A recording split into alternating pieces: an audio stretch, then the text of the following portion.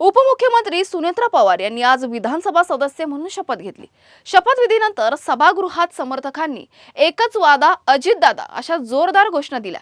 या घोषणांमुळे सभागृह परिसर काही काळ दणाणून गेला। शपथविधीनंतर राष्ट्रवादी काँग्रेसच्या कार्यकर्त्यांमध्ये उत्साहाचं वातावरण पाहायला मिळालं असून राज्याच्या राजकारणात या घडामोडीला विशेष महत्त्व प्राप्त झाले आहे। अशा भारताच्या संविधानाबद्दल मी खरी श्रद्धा व निष्ठा बाळगीन। भारताची सार्वभौमता व एकात्मता उन्नत राखीन आणि आता जे कर्तव्य मी हाती घेणार आहे ते निष्ठापूर्वक पार पाडीन।